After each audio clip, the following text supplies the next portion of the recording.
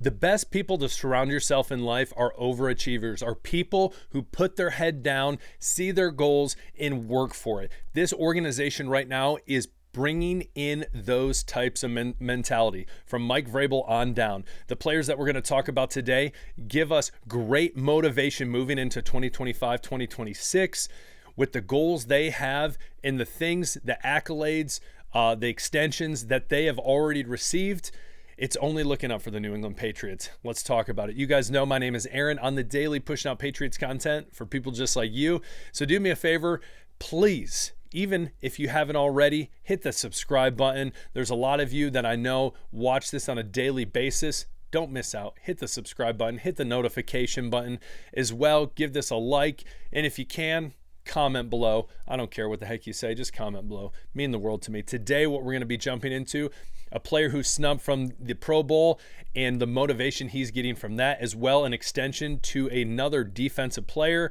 And last but not least, we're going to sprinkle in a little cherry on top. We're going to talk NFL draft because, ladies and gentlemen, we are coming to that season. We're coming to the combine season, so we need to talk about it. So let's dive in. First and foremost, Christian Gonzalez. First, absolute dog. Love Christian Gonzalez. Second year in the league, comes in and gets all-pro second team at cornerback.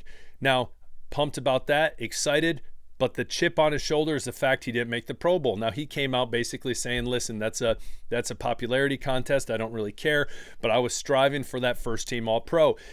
This is the type of player the Patriots want. It was a great draft pick when they got him out of Oregon. And moving forward, especially under a man like Mike Vrabel, Terrell Williams, Christian Gonzalez will only blossom into a better player, into that first team All-Pro, and into a Patriots legend. Watch it, buckle up, get ready for it. Christian Gonzalez on Player Football Focus was ranked as one of the best cornerbacks statistically, even though he is on a horrendous defensive team in the sense of injuries last year that just plagued the team, from Bentley to Judon leaving to Barmore. So many different issues. Jabril Peppers was out with that whole issue. So Christian Gonzalez is really holding this defense together.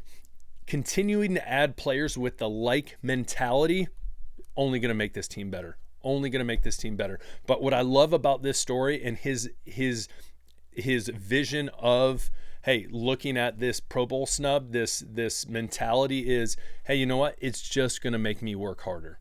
He could easily go out there and be a diva. There's a lot of players that complain and get upset. Christian Gonzalez, nope.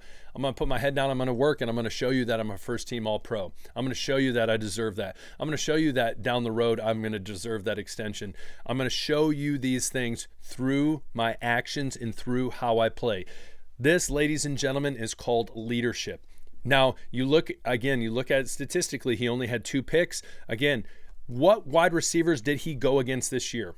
Again, during the preseason, he went up against A.J. Brown. A.J. Brown hoot and hollered about him, said he did awesome. He went up against Tyreek Hill. He went up against Garrett Wilson. He went up against Calvin Ridley. He went up against multiple big-time wide receivers in this league. And many of them came out and said, listen, this guy's the real deal. Locked me down. He locked a lot of wide receivers down. So when it comes down to it, jump on the hype train. I know a lot of you there. If you're not there, jump on the Christian Gonzalez hype train. 2025, 2026 season is going to be his season defensively. Get ready for it. Comment below. Tell me what you think. Christian Gonzalez, you love this? You hate it? There's no way you hate it. Why the heck am I even asking that? Comment below. Tell me what you think about Christian Gonzalez and moving forward into next season. What do you expect out of him? There's the question for you. Next, Jeremiah Pharms Jr.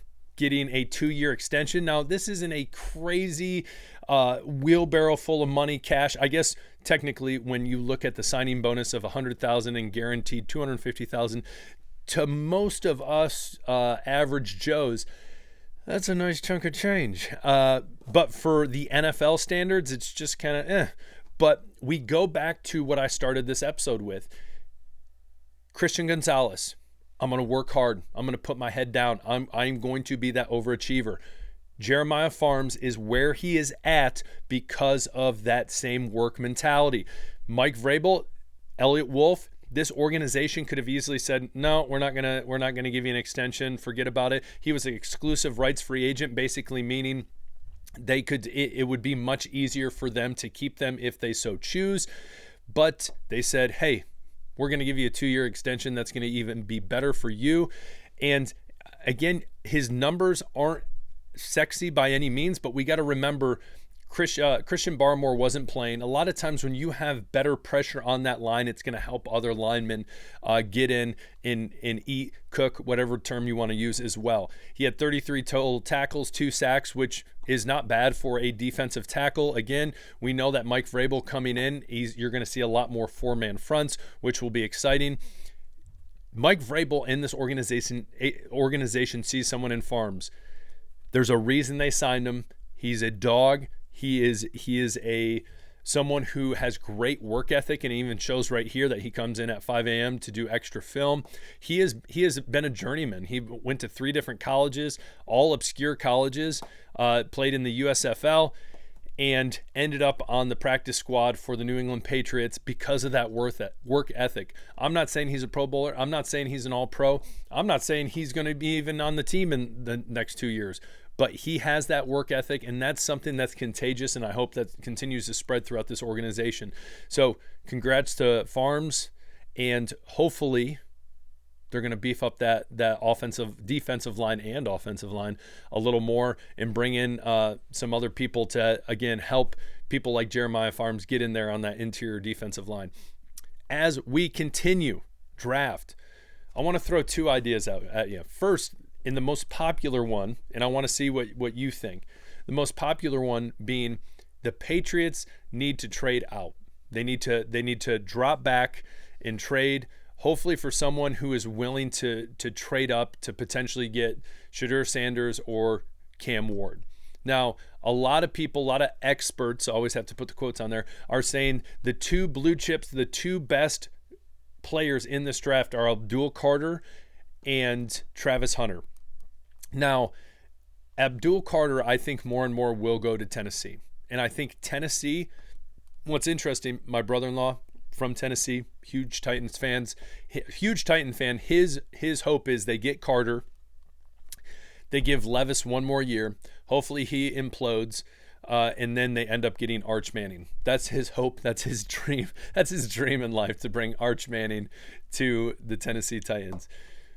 But for the Patriots, if Hunter and Carter are gone, then the question becomes, okay, who else? You know, we've talked about McMillan, we've talked about Graham, we've talked about Campbell, all these different players. But the question is, could they trade out of that position, drop down, and still get one of those players? I think the possibility is yes. On the flip side, so that's the first option. Second option is, would it be possible, and I've read this a couple places, I'm not a huge fan of this. I want this to be known. Not a huge fan. They try to trade up to see if they could get someone like Abdul Carter or Travis Hunter. Again, I'm not a fan of that. I would love, in my dream of dreams, I would love Abdul Carter to drop to 4. Again, I don't see that happening. But every team in front of the Patriots need a quarterback. So we'll see what happens. Again, it's not out of the realm of possibility that another team comes in very aggressive and trades with the Titans to get Cam Ward first overall. Just saying, you never know. But between those 2 options, trading back or trading up, trading back, I think, would be the smartest, hands down. But now there's people chirping that potentially trading up and trying to get someone like an Abdul Carter. What do you think? Comment below. I think an overwhelming majority of you are going to agree with me that it would not be smart to trade up. Again, the whole idea for the Patriots is to get draft capital and try to hit on as many of those draft prospects as possible. They have some good picks.